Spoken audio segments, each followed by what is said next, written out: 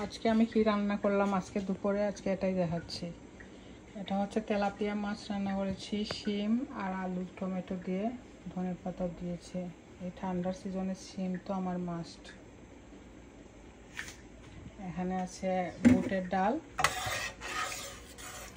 ঘন করে বুটের ডাল রান্না করেছি। আর আছে এদিকে আলু ভাজা, তারপরে আছে এদিকে শুটকি তরকারি। সব সবজি দিয়ে মিষ্টি কুমড়া, চাল কুমড়া, তারপরে শিম, আলু এগুলা দিয়ে শুটকির একটা ঝোল, ঝাল ঝাল করে। এই তো আজকে রান্না।